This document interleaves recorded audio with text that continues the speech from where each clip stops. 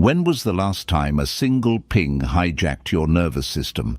Heart rate up, jaw tight, fingers already drafting the reply you'll wish you could unsend. Be honest. How many of your worst choices weren't evil, just urgent? Emotional detachment in the Stoic sense isn't frost. It's authorship. It's the discipline to feel the wave and still decide the direction. You don't mute your humanity. You stop auctioning your future to the mood of the minute. This is how you become the one steady presence in a spinning room, calm, proportionate, and quietly powerful. 1. Choose response over reaction. You don't lose your life in catastrophes. You lose it in 10-second storms. A tone you don't like, a message that lands hot, a delay that nags at your pride, and suddenly your fingers are moving faster than your mind, drafting verdicts you'll spend the evening repairing. Reaction is the nervous system's reflex. Response is the mind's authorship. The difference lives in a breath-wide gap you can learn to open on command. Detachment begins there, not as coldness, but as custody over yourself when the room tilts. The first move is simple and difficult. Notice the body before the story. Heat gathers in your chest, your jaw tightens, your eyes narrow around a single sentence you want to send. That's the alarm, not the enemy. Let it ring without sprinting toward the fire. Name what's here in plain language: anger, shame, fear, ego, without turning it into an identity. You are not the wave. You are the shore that feels it. The moment you can say, "This is a strong feeling, not the whole truth," you have purchased a sliver of freedom. That sliver is where wisdom can enter. Then give time the job adrenaline wants. Adrenaline begs for speed. Wisdom asks for proportion. Take one unheroic minute to change state before you change the world. Stand, breathe longer out than in, look at a fixed point. If the matter is truly important, it will survive 60 seconds. Most things improve when oxygen arrives. What you are doing here is not avoidance, it is governance. You are refusing to let a passing surge spend tomorrow's peace to buy you today's relief. From that steadier ground, ask yourself 3 quiet questions that cut drama back to size. What is real? What actually matters? What is the next small move that respects both? Real is filmable fact, not forecast. Matters means measured against your values and existing promises, not your ego's appetite. The next move is proportionate and concrete. A single clean line instead of a paragraph that indicts. A request for a call instead of escalation by text. A return to the work block you abandoned while your heart was loud. You don't owe the world your immediacy, you owe yourself integrity. Integrity is the art of right-sizing your energy to reality. Expect misunderstanding when you begin to live this way. People accustomed to your instant compliance will read your composure as coldness. Let them. Cold is what chaos calls calm when it can no longer control you. You're not suppressing feeling. You're refusing to let feeling become your foreman. You can say, "I'll get back to you this afternoon," with warmth. You can say, "I'm not available for this right now," without a courtroom attached. Detachment is not indifference. It is the refusal to auction your center every time a bell rings. Train this on low stakes so it will hold on high ones. Choose a daily moment, an app badge, a colleague's sigh, a stubborn loading bar, and practice the pause until it becomes a reflex you can take into harder rooms. Count your saves, not your speeches. The unsent paragraph, the conversation you moved to voice, the evening you protected because you didn't feed a small fire with your pride. 1 fewer reaction a day is 7 fires you don't have to put out by Friday. The ledger of these saves is quiet, but it changes the shape of your life more than any dramatic apology ever will. In time, you will feel the difference in your breath before you hear it in your voice. You will start to trust yourself in the seconds where you used to abandon yourself. You will see problems return to their actual size, relationships deepen because your pace is trustworthy, and work compound because attention is no longer shredded by every provocation. This is what Stoic detachment gives you. Not a frozen heart, but a steady hand. Not a smaller life, but a life no longer ruled by the first surge. And when the message lands that once would have kidnapped your day, you'll feel the wave, step back from the edge, and choose a move you can sign your name under tomorrow. 2. Live the dichotomy of control, for real. You waste oceans of strength trying to be the weather. You rehearse other people's lines in your head, negotiate with outcomes that don't belong to you, refresh dashboards like a gambler at a slot machine, and call the dizziness being responsible. Responsibility is not domination, it's discrimination, the courage to separate what is yours from what is not, and to pour your limited life into the first while releasing the second without ceremony. The Stoics called it the dichotomy of control, and it is the most practical spell you'll ever learn. Cast correctly, it shrinks anxiety, fattens effectiveness, and returns you to a center that doesn't tremble every time a cloud passes. Begin where all clarity begins. Naming. Write the scene of your day as if you were a cartographer. What in this landscape answers when you move? Your judgment, how you interpret. Your attention, what you feed. Your choices, the words you say, the work you do, the standards you keep, the pace you set. And what refuses to answer your commands? Other people's timing and tastes. Algorithms, traffic, macroeconomics, old weather and future storms.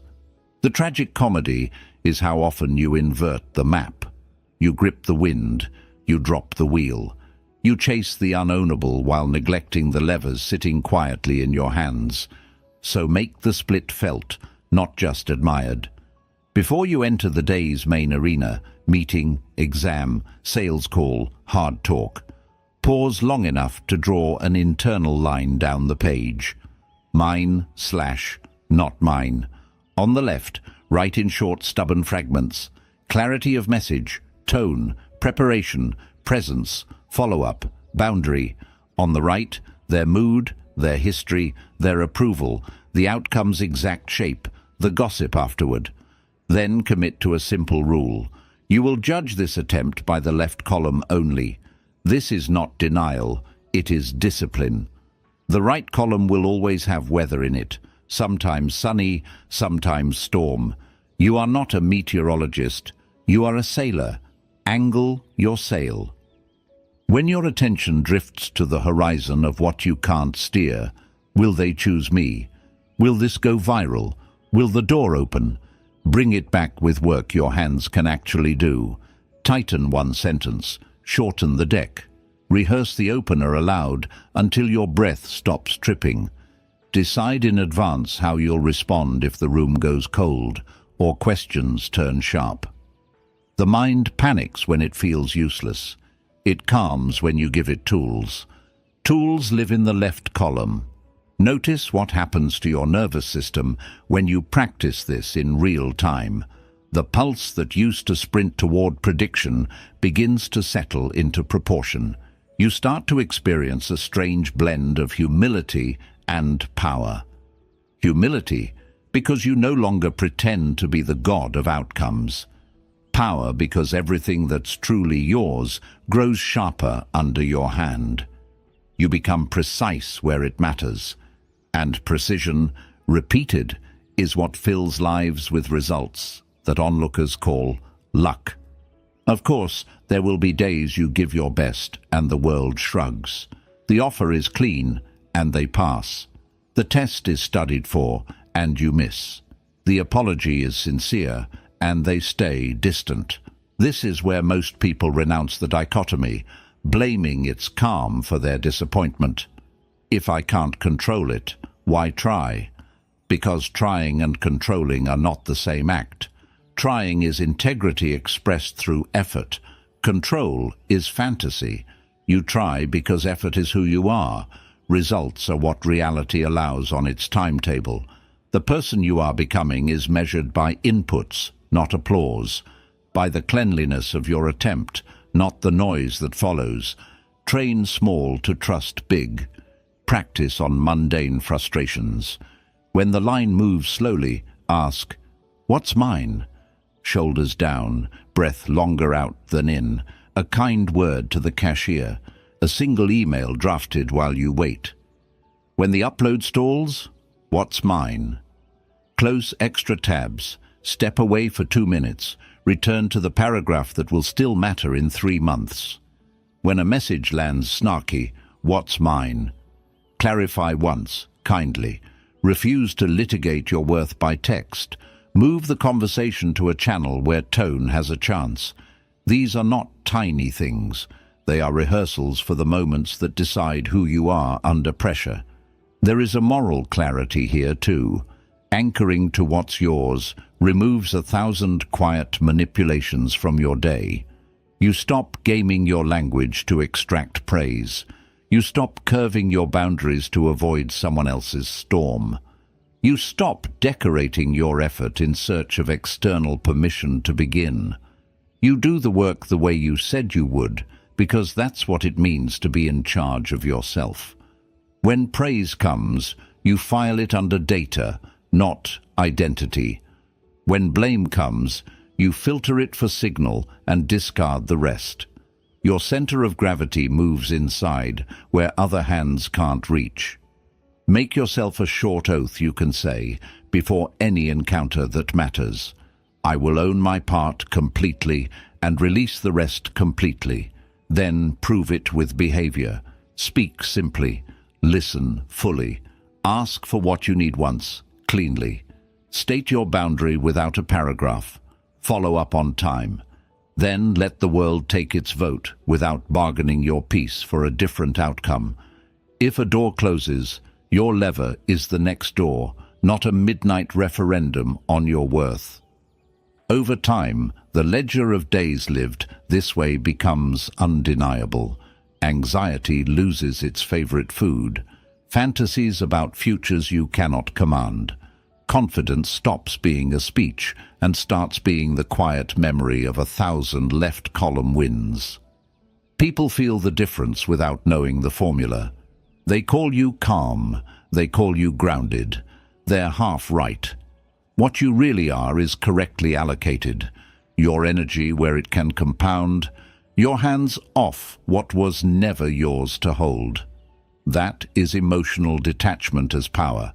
Not numbness, not passivity, but that rare posture that gives the world its weather back and steers a life with clean hands on the wheel. 3. Separate facts from stories. Most of your suffering isn't born in the world. It's manufactured in the gap between what happened and what you told yourself it meant. A message sits unanswered for 6 hours. That's the fact. They're ignoring me. I'm not a priority. This always happens to me. Those are stories, stitched from old thread and fresh adrenaline. A colleague frowns in a meeting. Fact. They hate my idea. I embarrassed myself. I should have stayed quiet. Story. One is filmable. The other is fiction with excellent special effects. Emotional detachment begins with the discipline of returning to the film, not the fantasy. Start with a simple ritual that disarms catastrophe. Say what happened in language a camera would recognize. No adjectives, no verdicts, no prophecy. I sent the proposal on Tuesday. No reply by Thursday. They rescheduled the call twice. Revenue down 12% this month. You'll feel the ego reach for color, for tone, for the satisfying thud of a conclusion. Don't feed it. Facts are humbling. That's why they heal. They strip away the drama you secretly use to feel alive while your life stands still. Then, without hurrying toward a positive spin, ask the question that turns rumination into reappraisal. What else could this mean? Not to gaslight yourself into sunshine, but to widen the lens until proportion returns.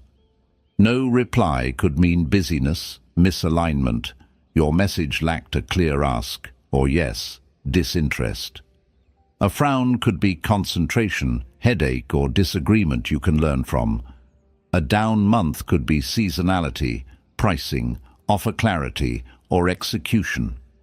When you generate 3 plausible explanations, your mind stops treating the first, darkest story as gospel. You are not trying to be right.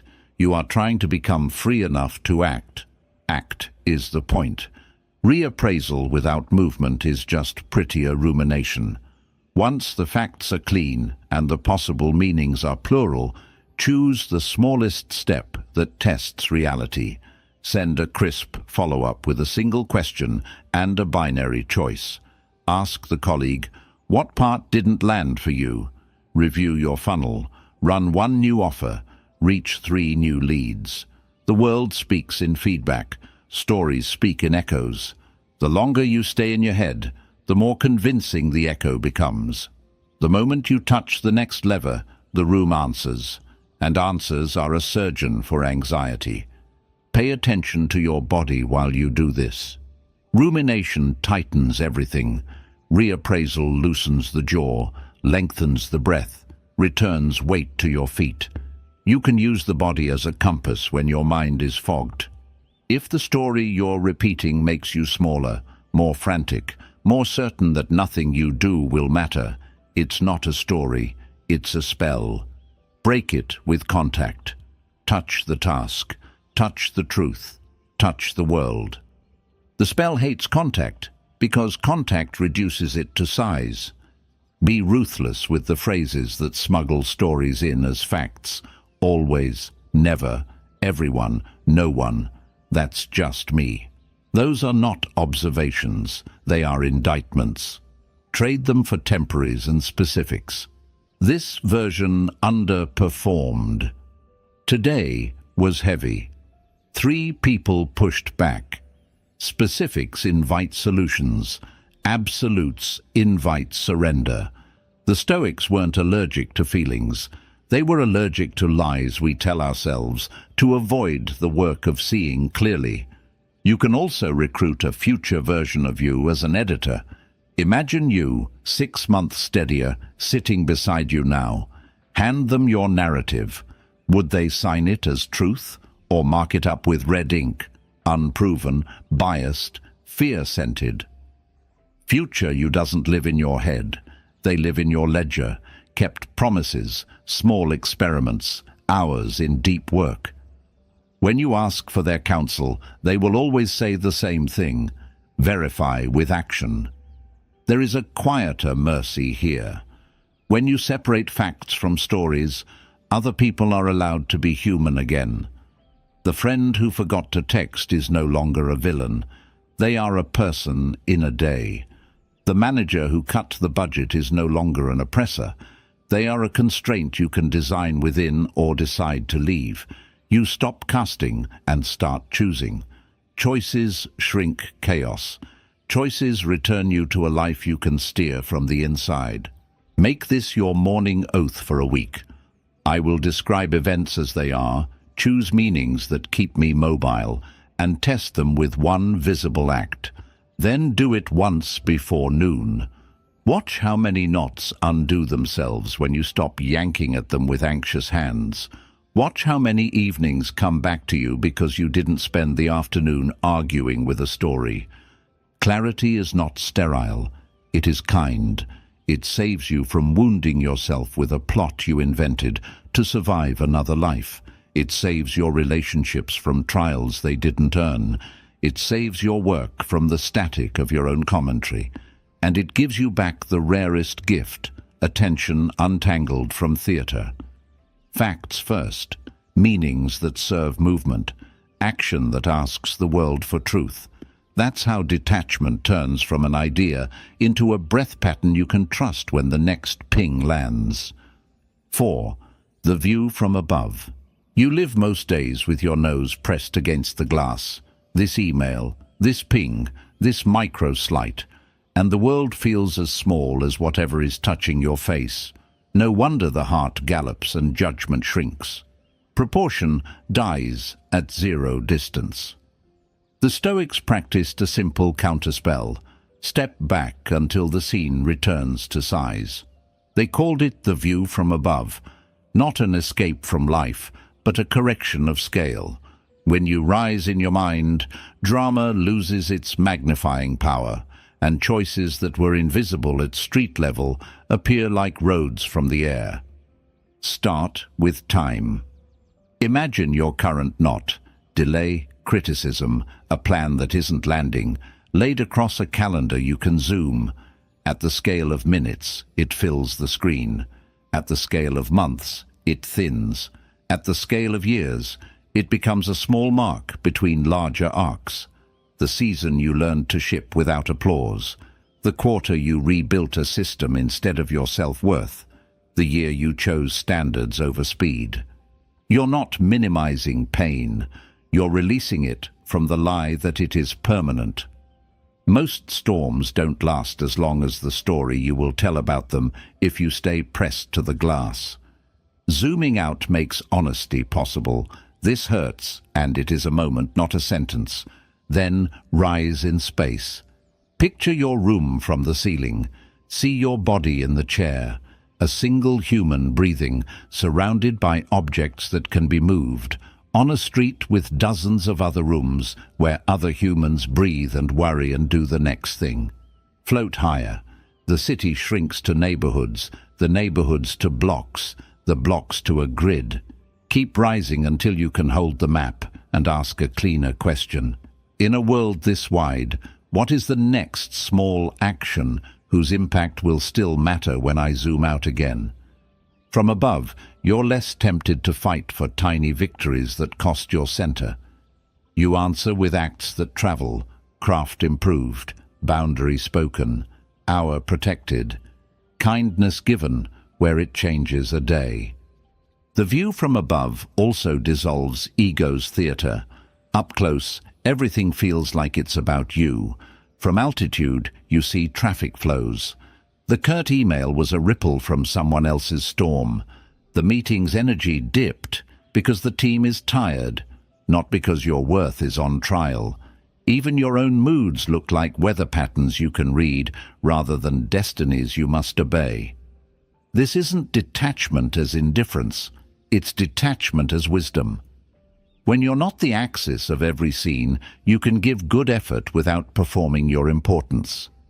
Paradoxically, this makes your presence heavier, the steady person who doesn't need to be the main character to act with courage. Use the height to edit priorities. Many of the tasks that devour your day cannot survive an aerial audit. From the ground, polishing the 10th slide seems noble. From above, calling the client and asking one clarifying question is what actually bends the curve. From the ground, defending yourself over text feels necessary. From above, a calm call or a clean boundary ends the loop. From the ground, checking metrics every hour feels like vigilance. From above, a daily block of deep work is the lever that will still matter next quarter. Altitude filters noise. Keep only what moves the arc. There's a tenderness to this practice too. When you look down on your timeline, you see previous versions of you doing the best they could with the tools they had. You notice where fear kept you still, and where a tiny act changed the plot. Compassion replaces contempt, and that compassion makes present courage cheaper. You stop trying to atone for the past with frantic overcorrection. You make the next right move at a human pace, which is the only pace that lasts. If you struggle to rise on demand, build a small ritual to fake altitude until it becomes real. Step outside and let your eyes find the farthest line they can hold. Roof lines, a stretch of sky, the horizon if you're lucky. Breathe until your gaze softens. Say 3 coordinates you can believe. Here is my body. Here is my place in time. Here is the one lever I will pull next. Or open a map app, zoom out 2 stops, and remind yourself that your life isn't a tab. It's a route. Routes are walked, not worried. Return often. The world will keep dragging you to the glass. The practice is not to live in the clouds. It's to commute, rise, right size, return, act. You'll feel the difference in your tone. Emails get shorter. Boundaries get cleaner. Apologies, when needed, get quicker and less theatrical. You will choose projects that respect your years and decline noise that only fattens your weeks. And when panic tries to sell you urgency, altitude will sell you accuracy. Accuracy wins. 5. Premeditatio malorum. Rehearse setbacks. You don't rise to the level of your hopes. You fall to the level of your preparations. Most panic is not about what happened. It's about the shock of it happening. You expected a straight road, and life took a turn. Your nervous system read the bend as betrayal. The Stoics trained a different reflex. Meet the bend before the turn. Premeditatio malorum is not a morbid obsession with disaster. It's a rehearsal for reality. You preview the obstacles you're likely to face, not to fear them twice, but to feel them once under controlled conditions, so you recognize them on game day and keep your hands steady on the wheel. Begin small. Picture tomorrow like a route you walk with your eyes open. Where could the ground be uneven? The client may reschedule, the upload may stall, the colleague might bring friction into the room, the commute might snarl, your energy may dip at 3 in the afternoon, your own doubt might try to bargain for delay. Bring each scene into focus, not as doom, but as possibility, and pair it with a practiced reply. If the meeting moves, I will reclaim the hour for deep work instead of letting frustration harvest it. If the file fails, I will have a local copy and a second avenue to deliver. If the tone turns sharp, I will ask one clarifying question rather than defend a story. If energy dips, I will stand, breathe, and switch to a lighter task for 20 minutes before returning. You are writing a choreography your body can keep when your mind wants to scatter.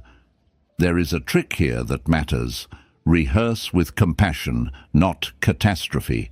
The point is not to convince yourself the world is hostile.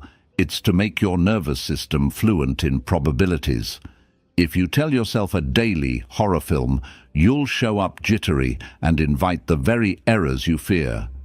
If you tell yourself a grounded forecast with ready responses, you'll show up composed and increase the odds that the simplest solution appears.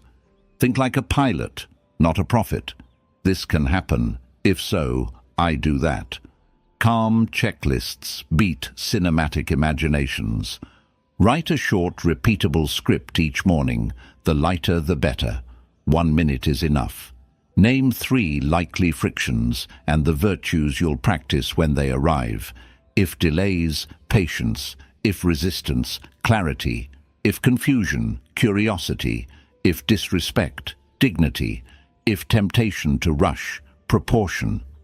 Virtue language matters because it reminds you that the goal is not merely to get through the obstacle, but to become someone you respect while moving through it. You aren't just delivering packages of outcomes, you're shaping the courier. Extend the rehearsal beyond logistics to emotion. What feeling reliably ambushes you? Maybe it's the shame that flares when someone questions your work, the anger that surges when plans are changed without you, the loneliness that creeps in at night, the envy that steals an hour after you see somebody else's highlight. Meet it early, on purpose. Say its name aloud and decide its job in your day. When shame visits, I will choose one small corrective act instead of a large self-attack. When anger flares, I will switch channels for 5 minutes and return with a single clean sentence. When loneliness speaks, I will keep my evening promise to my craft. When envy bites, I will use it as a map to a skill gap I can train. Feelings cease to be kidnappers when you turn them into couriers, messages with a route that ends in action. Premeditation also includes protecting your levers from predictable theft. If you know mornings are your sharpest hours, rehearse the gatekeeping lines you'll need when someone tries to collect them. I'm heads down till 10. I'll reply at noon. If you know certain conversations spiral on text, pre-decide your pivot to voice. This deserves tone. 5 minutes on a call. If meetings inflate to fill any container, set the container in advance. We have 15 minutes. One decision, not a novel. You are not being rigid. You are being kind to the future, which must live with the mess made by every boundary you failed to set while trying to be nice. Make failure part of the plan without making it your identity. Ask, where might I miss? Then decide the recovery rhythm before you need it. Never let a bad day take two. Never miss a core promise twice for the same reason. Never end a week without one move that repairs something you broke. Recovery is a skill. Practice it like any other. When the stumble comes, as it will, your feet already know the next step. That familiarity keeps you from narrating collapse, where there is only a slip. There is a surprising side effect to living this way. Gratitude becomes more available. When you have mentally tasted rain, sun feels like a gift instead of a default. When you have rehearsed the stall, smooth motion reads as grace. You waste less joy on fear of its ending because endings have been normalized. You stop bargaining with life for perfect days and get good at building good ones under imperfect weather. That competence reads as calm from the outside. Inside, it feels like dignity. Do not turn this practice into a new superstition. You cannot outthink chaos. You can only outprepare panic. 5 quiet minutes, 3 likely frictions, 1 planned virtue, 2 contingencies for your most important block. That's enough. Then close the rehearsal and walk into the day like someone who expects the road to be a road. Sometimes straight, sometimes curved, always passable with attention and humility. When the bend appears, you'll recognize it as familiar. Shorten the startle and take it with a steady hand. 6. Voluntary discomfort builds calm under pressure.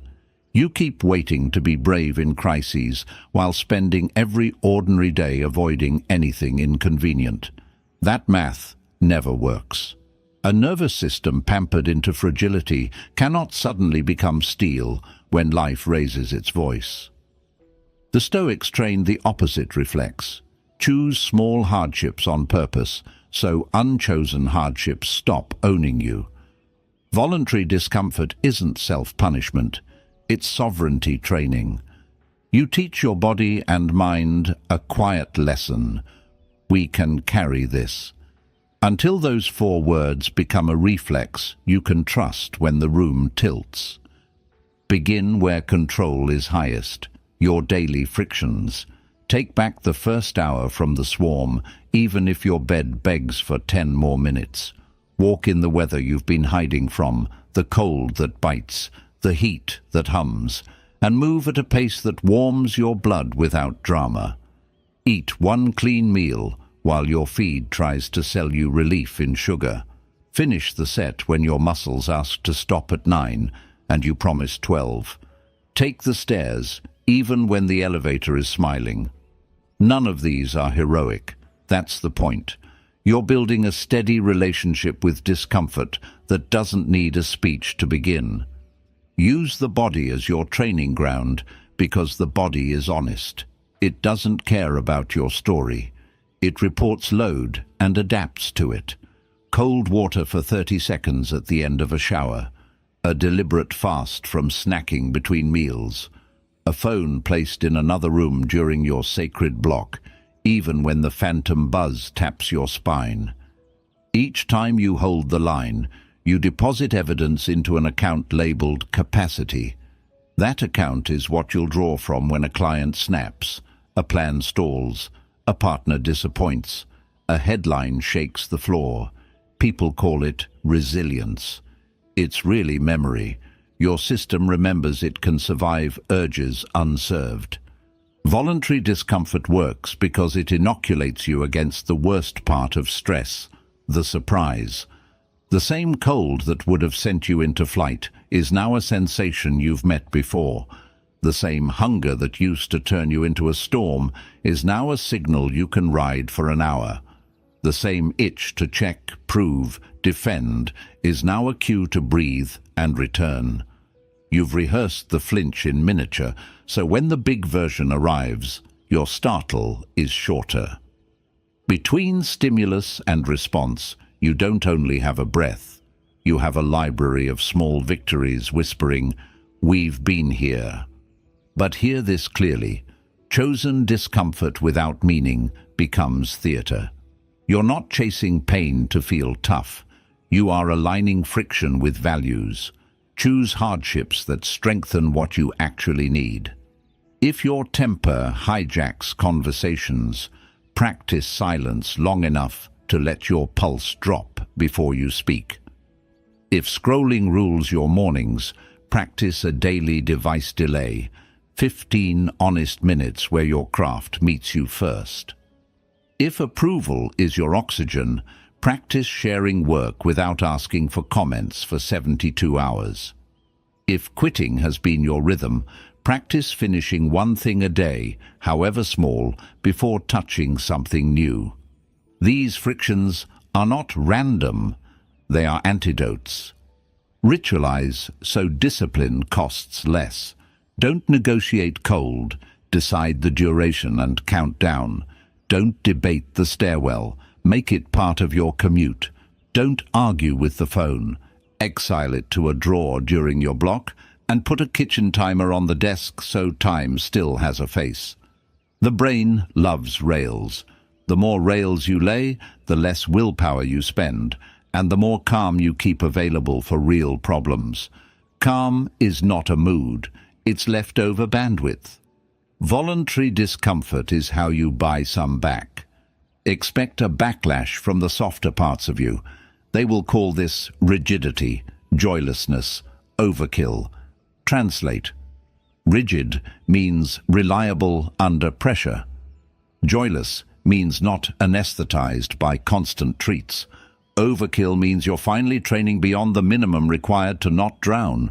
You're not exiling pleasure, you're extracting it from impulse. Warmth after cold water is richer. Food after a clean block is brighter. Rest after honest work is sleep, not sedation. Asceticism bores me. Aliveness after discipline does not. Track the practice with humility. You don't need a spreadsheet. You need a streak that fits on a sticky note. 3 boxes: body, craft, boundary. Each day, one small chosen friction in each. Body, finish the last set. Take the walk in weather. Cold, finish. Craft, 25 minutes of deep work before messages. 1 paragraph past resistance. Ship the unglamorous task. Boundary, 1 clean no without a paragraph. Device-free meal. Leave a room when gossip starts. Mark the X. If you miss, you miss. Begin again. Never miss twice for the same reason. That single sentence will outlast a dozen motivational quotes. Notice how your tone changes after a month. Anger arrives and finds less tinder. Anxiety knocks and finds you busy pulling a lever. Urges rise and fall without turning the day. People around you will feel something different, even if they can't name it. You'll say less and be heard more. The room will try to hand you its panic. You'll hand it pace. Not because you became stone, but because you learned to stay warm in wind. One more mercy. Chosen discomfort makes you gentler, not harsher. Having met your own edges without theatrics, you stop judging others for theirs. Compassion no longer requires coddling because you know the difference between rescue and respect. You can sit with a friend in their storm without stealing the wheel. You can lead a team through a hard quarter without setting the room on fire to feel in charge. That steadiness is rare. It's also teachable. You are teaching it to your body, one small, deliberate friction at a time. Begin embarrassingly small today.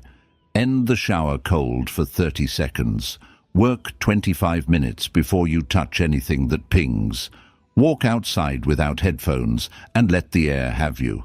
Say one clean no where you usually bend. Then breathe and notice. Nothing broke. Something strengthened. That something is the person you'll need when the unchosen storm comes. 7.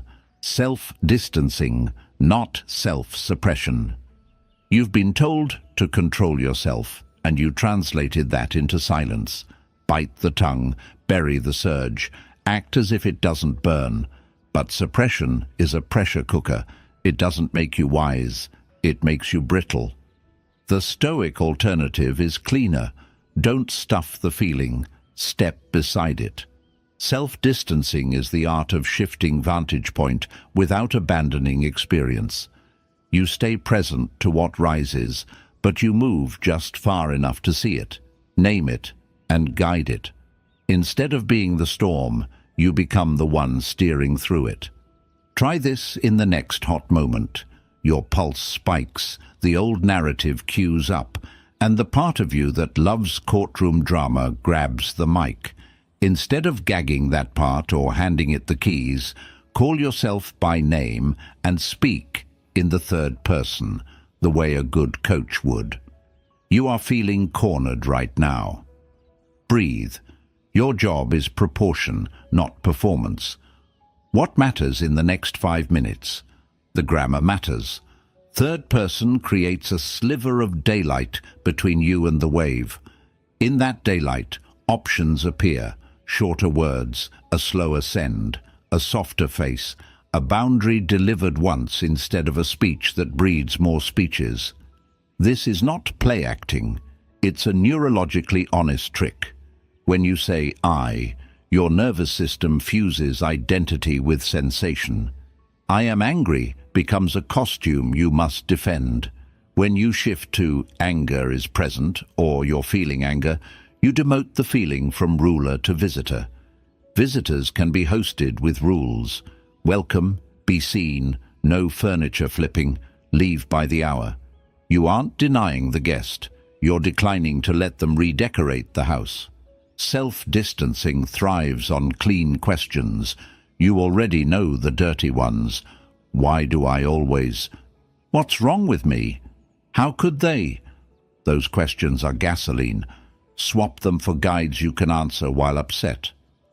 What is real right now without prophecy?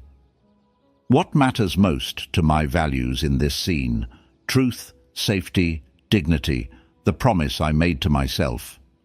What is the smallest next move that keeps me aligned? The moment your language becomes coach-like, your body starts listening. Shoulders loosen. Breath lengthens. Vision widens. Wisdom is somatic before it is verbal. You might fear that this distance will make you robotic. It won't. Distance lets the emotion tell the truth without writing the script. You can say, "You're hurt." Say so in one line. You can say, "You're angry." Use it to ask the question you keep avoiding. You can say, "You're afraid." Act anyway because courage isn't mood, it's method. Feelings stop being foremen and become couriers, delivering messages you translate into moves. That translation is leadership. Over yourself first, then by extension, over rooms that have lost theirs. practice when the stakes are low, so it holds when they're high. During a minor irritation, the slow checkout, the glitchy app, narrate in the third person under your breath. You're impatient. Stand tall. Breathe out longer. Decide if this deserves more of your life. In a small disagreement, try, you want to win, you need to understand. Ask one clarifying question. In a bout of envy, you want their outcome. What you really need is their inputs. Do one rep you've been avoiding.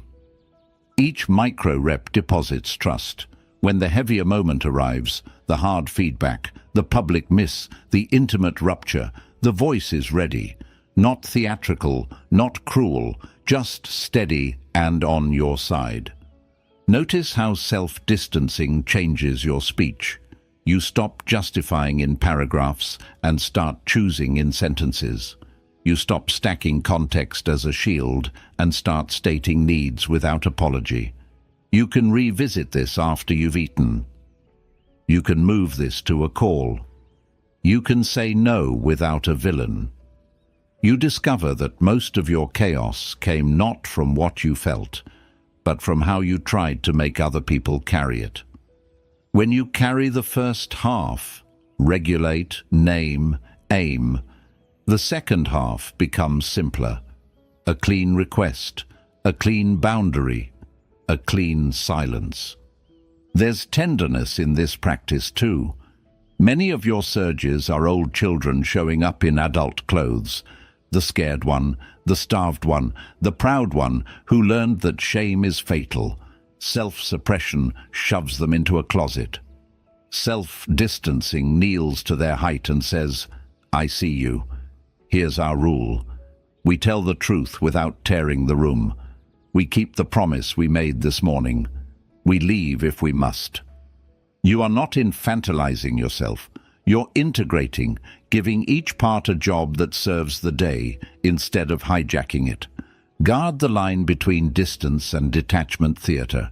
If you hear yourself saying, you don't care, you've crossed into numbness.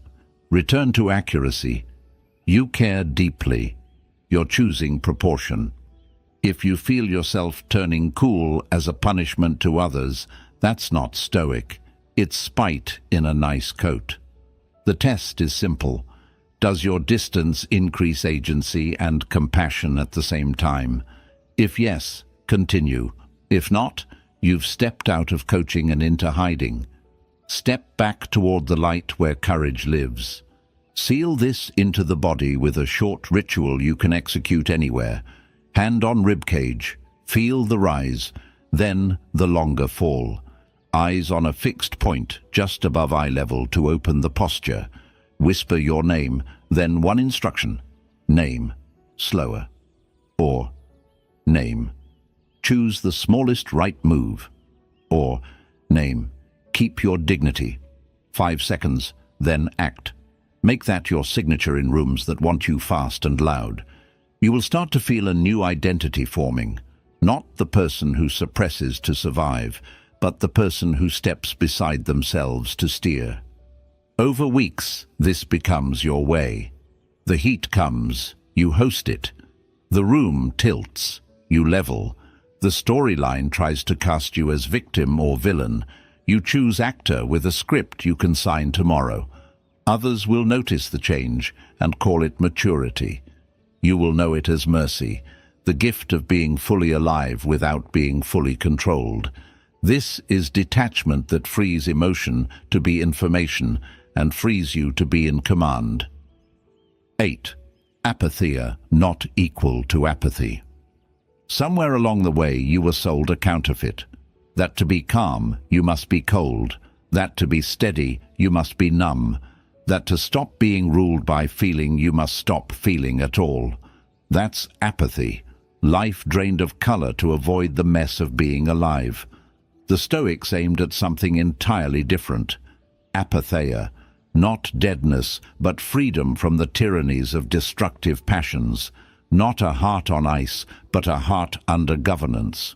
Apatheia is what happens when emotion returns to its proper rank, advisor, not emperor, and character takes the throne. Look closely at your best days. You were not empty, you were ordered. You felt the tug of irritation and chose proportion. You felt the ache of disappointment and chose dignity. You felt the pulse of desire and chose timing. Feeling was present. Possession was absent. That is apatheia in the wild, emotion allowed to speak without being allowed to steer. It is not less human. It is a more responsible human who refuses to hand the keys to whichever mood shouts the loudest. Apathy says, "Nothing matters, so why care?" Apatheia says, "Many things matter, so I will care in ways that serve what matters most." Apathy turns the volume down on everything until you can sleep through your own life. Apatheia tunes the volume to the truth so you can hear the signal and mute the noise. Apathy collapses joy and grief into the same grey. Apatheia sharpens both. You can grieve cleanly without becoming bitterness. You can rejoice fully without becoming reckless. This is not a trick of language, it is a discipline of allegiance. What will you serve today? The weather in your chest or the values you vowed to live by? You'll be tempted to wear apathy as armor because it earns easy points in a world that confuses cynicism with intelligence. Detachment performance looks cool on camera, the half smile, the shrug, the "nothing gets to me." But that performance is brittle. The first real wind rattles it, and the person inside cracks because they never practiced feeling safely. Apatheia is different. It is supple. It can absorb impact because it has been training in honest contact, naming sensations, right-sizing meaning, acting on values. When the hit comes, you flex and recenter instead of pretending you didn't feel it. There is a simple test for which path you're on. Does your calm increase your capacity to love, to build, to tell the truth? If your calm shrinks you into avoidance, if it makes you stingy with risk and miserly with tenderness, you're not calm, you're hiding. Apatheia widens your range. You can sit with a friend's pain without catching fire yourself.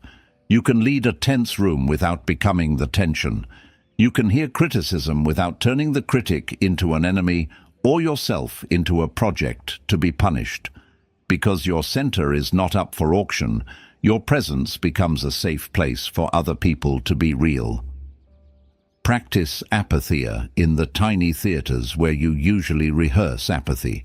When your partner's mood clouds, you don't withdraw into icy distance. You stay warm and clear. I'm here, and I won't fight the storm. Let's speak when we can be kind. When a plan slips, you don't collapse into whatever. You adjust the lever you own and keep the cadence. When praise arrives, you nod without building a throne. When blame arrives, you sift for signal and discard the smoke. You are choosing allegiance moment by moment, never to the surge, always to the standard. This discipline refines joy too. Joy without apatheia burns hot and fades. Joy with apatheia endures because it's tied to inputs you can replicate. Work done well, promises kept, beauty noticed on purpose, presence given without the need to be impressive. You are not high on luck. You are grounded in coherence. Meals taste like gratitude because you earned your appetite. Sleep lands deeper because you didn't spend the day fighting weather you couldn't change. Even ambition changes flavor. It stops being a loud escape from your present and becomes a quiet devotion to your craft. Do not fear that apatheia will make you less expressive. Expression becomes cleaner when possession ends. Your no loses its barbs. Your yes loses its apology. Your laughter isn't a performance to seduce approval. It's the overflow of a nervous system not at war with itself. You will be accused of being unbothered. That's half true. You are bothered by the right things in the right measure. and you use the bother as fuel for a better move instead of theatre for attention. If you need one sentence to carry this week, let it be, I will feel everything I need to feel and obey only what deserves obedience. That line places love above lust, courage above fear, truth above image, duty above drama. It will not make you invincible.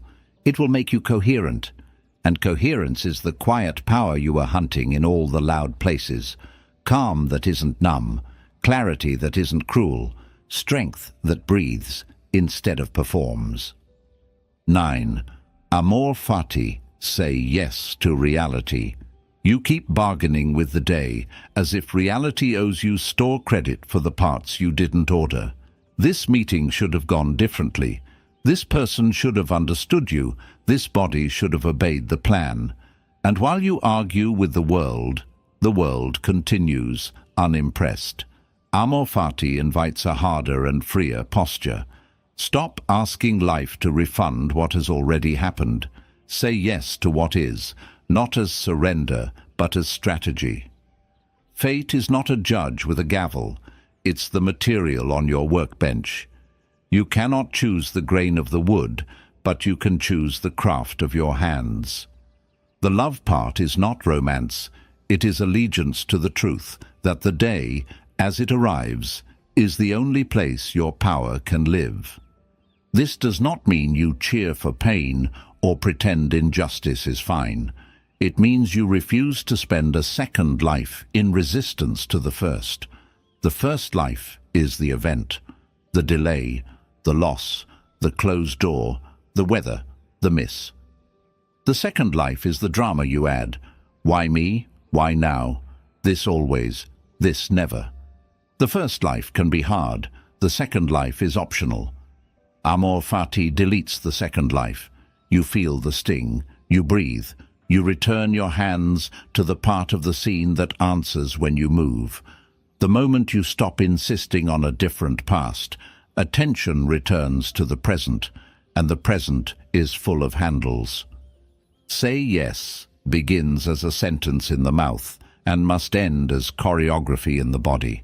A client cancels and your stomach drops. The old reflex is to narrate doom, to forward the panic, to call 3 friends and harvest sympathy that will soothe for 10 minutes and cost you 3 hours. The new reflex is to stand, exhale longer than you inhaled, rename the scene without prophecy, and convert the energy into a lever you respect. Reclaim the hour for the unglamorous work you were avoiding. Reach 3 new prospects. Tighten 1 offer. Fix the footer you've ignored for months. Fate gave you a bend. Your yes turns it into a turn. The path still goes forward because you did. Saying yes to reality upgrades grief too. Grief becomes clean when you stop negotiating with doors that have closed. That person left. That version of the plan is over. That opportunity belonged to someone else this time. You don't numb. You kneel. You let the body shake and the water come. Then you choose the smallest act that honors what was lost and feeds what remains. Write the letter you'll never send, and then lift something heavy.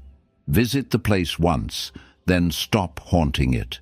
Tell one truth you kept swallowing, then eat and sleep like someone who wants to be strong again. Amor fati does not erase ache. It ends the war with the calendar. There is a muscular gratitude hidden in this practice. When you welcome the day as given, you notice its specific mercies faster. The quiet 30 minutes no one claimed. The unexpected compliment you were too defended to hear last year. The skill you earned from a failure that would have wrecked an earlier you. Yes collects these mercies without making them conditions. You are not saying, I love only the pleasant. You are saying, I will love the real. The pleasant is easy. The real is where you are remade. Amor fati also humbles ambition into something durable. You still set aims, design plans, pursue excellence, but you stop treating outcomes as proof of identity. If the door opens, good. You were ready because you trained under imperfect weather. If the door stays shut, also good. You have new data, and you do not waste a season sulking when a season could be spent sharpening. The person who loves fate is dangerous in the best sense, because they cannot be stalled by refusal. They take refusal as materials and make something while they knock on the next door. People call it resilience. It is more precise to call it obedience to reality. You will be accused of being complacent. Let them talk. Complacency is passive. Amor fati is ferociously active. Complacency shrugs and does less. Amor fati nods and does the next right thing. Complacency avoids pain by shrinking. Amor fati metabolizes pain by working. The test is simple. Does your yes generate motion? If your yes becomes a couch, you are lying to yourself. If your yes becomes a bench where you lace your shoes, you are on the path. Practice with the day in front of you. The commute snarls. You rehearse patience and call your future by learning something while you move slowly. The file corrupts. You rebuild better structure than before. The body says, not today. You meet it where it is and train the chain around the tender link. The comment stings. You extract a note and discard the poison. If none of this is dramatic, that's the point. Amor fati is a craftsman's creed. It turns fate into furniture, setbacks into systems, noise into signal. It builds a life that is not easily rattled because its owner stopped insisting the world respect their plans before they would begin. You can keep wishing for different weather, or you can become a sailor whose competence makes almost any weather usable. Say yes, then move. Not yes. And I'll love this one day as a trick to escape discomfort. But yes, and I will work with what is in my hands before the hour ends. Over months, this turns into a strange lightness. You are not fighting the river. You're navigating it with a steadier stroke. And strangely, doors open more often for the person who keeps building on today's ground than for the one still shouting at yesterday's sky. 10. Indifference to praise and blame. You spend more energy managing mirrors than making moves. A compliment swells you, a critique shrinks you, a silence makes you invent a courtroom where you argue with ghosts. Praise and blame are weather, useful to note, foolish to worship. The Stoic stance is not spite toward opinion. It is indifference to its power over your center. When your gravity lives inside, applause becomes data and criticism becomes data, and you remain the one who decides how either converts into action. That is emotional detachment as sovereignty. You stop trading your steering wheel for someone else's claps or frowns. Begin with honesty about the drug. Praise is fast fuel. It spares you the work of building belief from evidence. It hands you a temporary identity you didn't have to earn that day.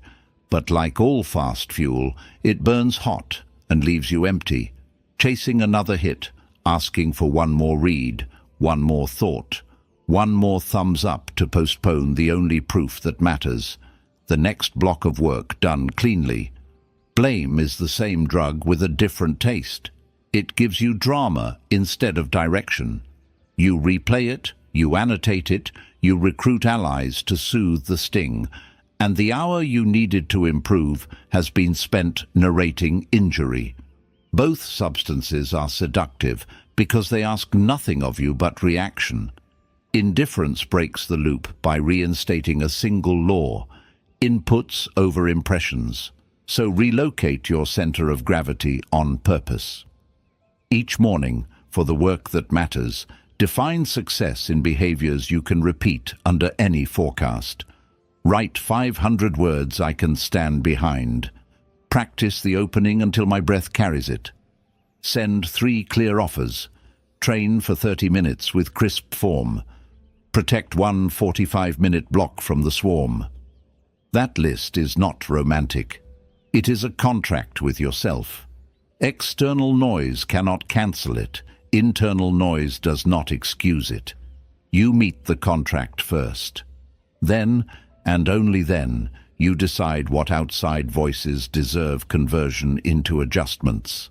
When praise comes, thank it like a passerby offering water on a long run. Drink, if useful. Do not stop to build a shrine. Translate the compliment into process. They loved the clarity becomes keep writing to the point. Great energy becomes the rehearsal paid off. Repeat the rehearsal. If there's no actionable signal, let it pass as weather and return to your stride. Pride anchored to process is steady. Pride anchored to opinion is seasick. When blame arrives, strip it to parts you can use. Ask 3 questions in order. Is the source credible for this specific domain? Is there a clear, testable signal inside the sting? What is the smallest adjustment I can run within 48 hours to see if the signal holds? If any answer is no, archive the note without ceremony. If yes, act once, quickly. You are not submitting your identity for revision. You are upgrading a behavior. The difference saves lives, mostly your own. Silence deserves its own paragraph because it is the loudest manipulator when you are hungry for mirrors. Silence makes you write fiction. They hated it. I am invisible. I should stop. Replace fiction with a rule. No story about silence until I have shipped on my cadence for 4 weeks. Cadence is the cure. Deliver enough times, and silence becomes feedback, not fate. The world is busy. Your move is to become the kind of person it is hard to ignore for long. Consistent, clear, useful. Indifference to praise and blame does not mean isolation. It means curation. Build a tiny inner council whose standards you trust. 2 or 3 builders who have earned scars in the direction you're walking. Offer them your work with a precise ask. Cut fluff. Catch blind spots. Challenge my assumptions. Their input lands inside your center without displacing it because you chose them for their devotion to craft, not their devotion to your feelings. Everyone else moves to the outer ring. Welcome to watch, not to steer. Notice how your language changes as your gravity moves inside. You stop saying, I hope they like it, and start saying, I aim to be useful. You stop asking, was I good? And start asking, was I clear and honest? You stop explaining boundaries as if they need a jury and state them as if they're part of your job, which they are. Indifference here is not rudeness. It is a refusal to make your life a referendum. You were not elected to yourself. You were entrusted with yourself. There will be days you wobble. A big praise will make you float. A sharp critique will make you flinch. Good. Feel both without obedience. Smile at the lift. Do not live on it. Wince at the sting. Do not bleed out. Then return to your ledger of evidence, the blocks honored, the attempts shipped, the adjustments made, the promises kept. That ledger is the only mirror that tells the truth over time. Stand in front of it nightly. Let it calibrate you back to proportion. Practice a small ritual after every public act. Close, breathe, debrief. Close the tab or the door. Breathe longer out than in. Debrief in 3 lines. Kept, what standard you kept. Learned, 1 note you'll test. Next, the first lever you'll pull tomorrow. This keeps the psyche from sprinting into alleys of what do they think and brings it home to what will I do. Over months, you will feel a new muscle form, the ability to stand in rooms that love you and rooms that doubt you with the same spine. People will call it confidence. It is cleaner than that. It is custody. The reward for this indifference is not a life without feedback. It is a life where feedback stops owning your breath. You get your minutes back, the ones you used to donate to imaginary juries. You get your depth back, the kind that only accrues when you keep working between cheers and jeers. And you get your kindness back, because people are easier to love when you don't need their faces to hold your worth. 11. Boundaries without bitterness. You think you need anger to draw a line, as if heat is the only ink that writes clearly. So you wait until resentment ferments, then you pour it into a paragraph, and the paragraph becomes an argument, and the argument becomes a week of repair. Boundaries set in fury are boomerangs. They go out sharp and return to cut your hand. The Stoic alternative is quieter and stronger. Boundaries as governance, not revenge. You are not punishing anyone. You are protecting the conditions under which you can live well and treat people well. That tone changes everything. It turns "how dare you" into "here is how I do." Begin with a sentence you write for yourself, not for them. I will not outsource my peace to other people's preferences. Now translate that vow into behaviors you can repeat without drama. The first behavior is clarity. Most boundary failures are design failures disguised as moral failures. You never defined the rule, you negotiated it in the moment, or you tucked it inside a smile and hoped they'd read the hint. Say the line simply, in the smallest words you can find, once. I don't discuss work after 8. I'm not available for last-minute requests. I can't host this time. I prefer voice for sensitive topics. If the relationship deserves nuance, add it when calm, the why that isn't a thesis, the alternative you can live with. Then stop talking. Boundaries are instructions, not essays. You will be tempted to over-explain to purchase approval. Don't. Approval bought on credit becomes resentment debt. People trust the person who says less and then acts exactly as they said. If the line is tested, repeat it once with the same tone and follow it with the pre-decided consequence. End the call kindly, leave the room, reschedule, decline the project. Consequence without contempt is how a boundary graduates from wish to law. The moment you enforce without theatrics, the room recalibrates. Those who can respect you will. Those who can't will accuse you of being cold. Hear the translation. You're different means you no longer let me steer. Good. The soul of a clean boundary is proportion. You don't need a wall for a draft. Measure the mismatch and match the remedy. If someone is chronically late, you don't deliver a lecture on respect.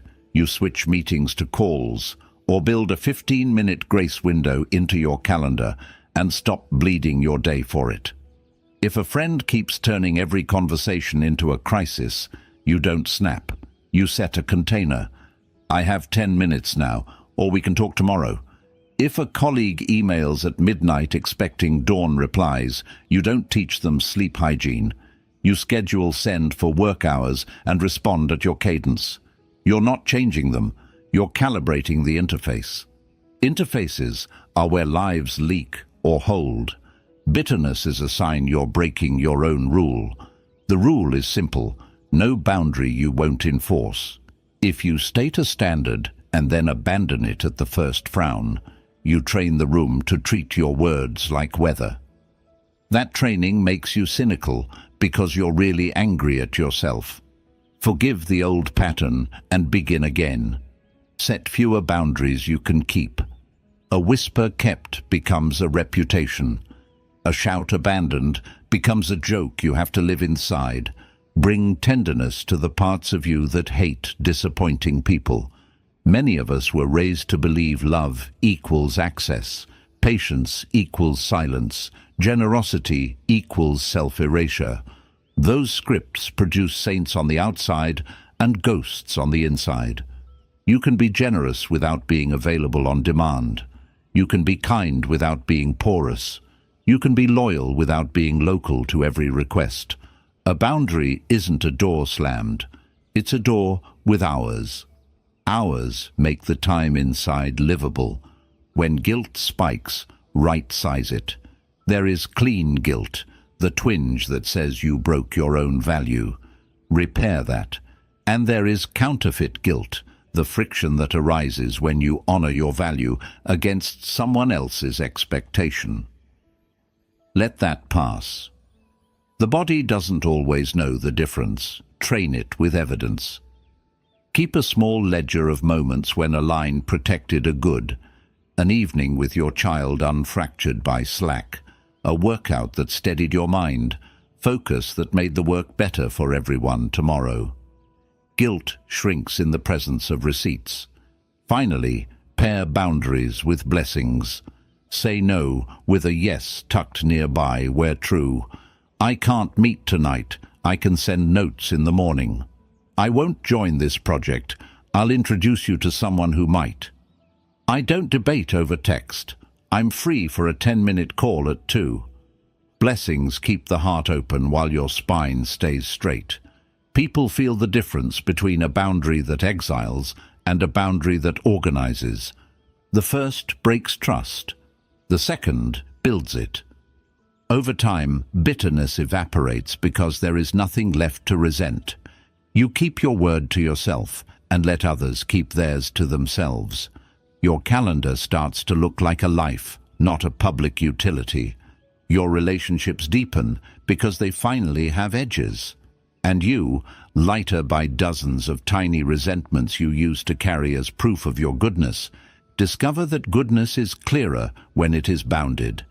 This is detachment as love, warm, firm, and sustainable. 12. Stillness before action. You keep treating movement as medicine for every mood. Feel a spike? Move. Feel a slump? Move. Feel a doubt? Move faster. But motion without stillness is noise. You burn fuel to avoid hearing what would have guided you if you'd paused long enough to listen. The Stoic practice is deceptively simple. 2 minutes of quiet before you touch what matters.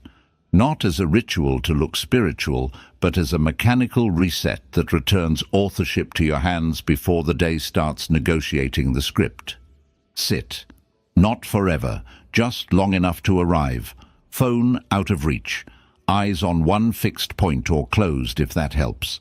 Hand on the ribs to feel breath as fact. Inhale through the nose, count 4. Exhale through the mouth, count 6. Do it 10 times. You are telling the ancient animal in you, we are safe enough to choose. Safety is not a mood, it's a physiological state. Choice lives there. Now ask 3 quiet questions and answer them without prose. What is real? What matters? What is next? Real is the inventory, appointments, deadlines, energy level, any non-negotiable constraints. Matters is the shortlist expressed in virtues, not vibes. Clarity in the meeting, courage in the boundary, patience in the delay, diligence in the craft. Next is one concrete lever you will pull in the first working block. Write it down in a line you could hand to a stranger. Complete section 2. Call X for 5 minutes. Ship the draft. 25 minutes on the bottleneck. If you cannot write a next that a stranger could execute, you are still in story. Return to real. Stillness is not absence of thought. It is the refusal to be dragged. Thoughts will parade. What if? They might. Remember when. Let them cross the stage. Keep your seat. The skill is not to empty the mind. It is to keep the mind from employing your body without consent. Each time you notice you're away, that is not failure. It is the rep. You bring attention back to breath, back to the 3 questions, back to the lever. Those returns are how focus thickens. Protect this pause from counterfeit quiet. Dim screens and doom scrolling in the dark is not stillness, it's sedation. The proof is what follows. Real stillness returns you to motion that is cleaner and shorter. Sedation spits you into motion that is frantic and long. Make a rule you can live by.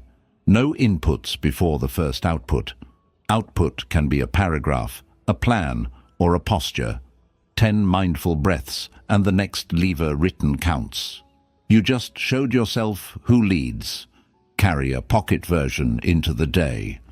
Before you answer a charged message, take one intentional breath and ask the 3 again. Before a hard call, look beyond the screen for 5 seconds until your eyes soften and your shoulders drop. Before you enter a room, touch the doorframe lightly and decide the virtue you'll practice inside. These are not superstitions.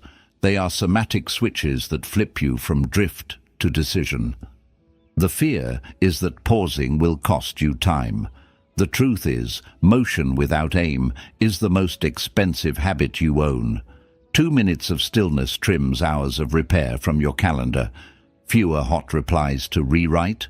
Fewer meetings that should have been an email. Fewer projects launched from insecurity that you'll abandon by Friday. The day becomes a sequence rather than a spray. You stop lighting fires just to feel warm. Make the close symmetrical. 2 minutes at night to put the day down. 3 lines: kept, learned, next. Kept, the promise you honored. Learned, a note you'll test. Next, the lever you'll pull first thing. Sleep takes the baton. Morning receives it. Bookends like these make your life feel less like a series of emergencies and more like a story with chapters you author. In time, stillness begins to change your face. Not a saint's glow, something quieter. Your words shorten, your gaze steadies. You move like someone who has already consulted their center and doesn't need permission from the room. People will call you calm. You will know the truth. You are not calm by nature. You are governed by practice. Breath before send, reality before narrative, lever before lament. 2 minutes that make the next 2 hours honest. If you look honestly at the days that unraveled, you'll find the same culprit wearing different masks. Speed without seeing. A ping that pulled your hands before your mind. A story that outran the facts. A plan that demanded the weather obey. Emotional detachment, rightly understood, is how you take the wheel back. It is not the art of caring less. It is the art of caring clean. You train the micro-pause until reaction loses its monopoly. You live the split between what is yours and what is not, until anxiety has nothing left to feed on. You strip events to filmable truth and let the narrative earn its place through action, not adrenaline. You rise above the street until proportion returns. Rehearse the bend before the turn. Choose small frictions that grow your spine, and step beside your surges so you can coach them instead of cage them. You feel everything you must. Obey only what deserves obedience. Say yes to the world you actually woke into, and keep your center of gravity where other hands can't reach. Your lines get cleaner. Your silence returns before your send button. Your boundaries become governance instead of theater. And you begin your hours with stillness, so the next move comes from a deeper place than fear. None of this makes life frictionless. It makes you someone who wastes less of your one life on preventable fires. The meeting can still turn. You won't. The message can still sting. You won't donate the afternoon to it. Praise can visit. You won't build a throne and fall asleep on it. Blame can bark. You'll harvest the single useful note and keep your cadence. Outcomes keep their wildness. Inputs get civilized. That's the quiet revolution these 12 moves are pointing to. Not a new personality, but a new jurisdiction. You stop behaving like a citizen of other people's moods and become the governor of your own conduct. And because conduct compounds, the outer world starts reflecting your inner order. Rooms de-escalate around you. Decisions arrive with less blood on them. Respect grows where you used to hunt for relief. Practice will be imperfect. Some days you will catch the wave too late, and the words will leave your mouth too fast. Good. Recovery is part of the craft. You don't judge the stumble, you shorten the floor time. Breathe longer out than in. Return to the 3 questions that keep you honest. What's real? What matters? What's next? Then do the smallest next that a stranger could execute.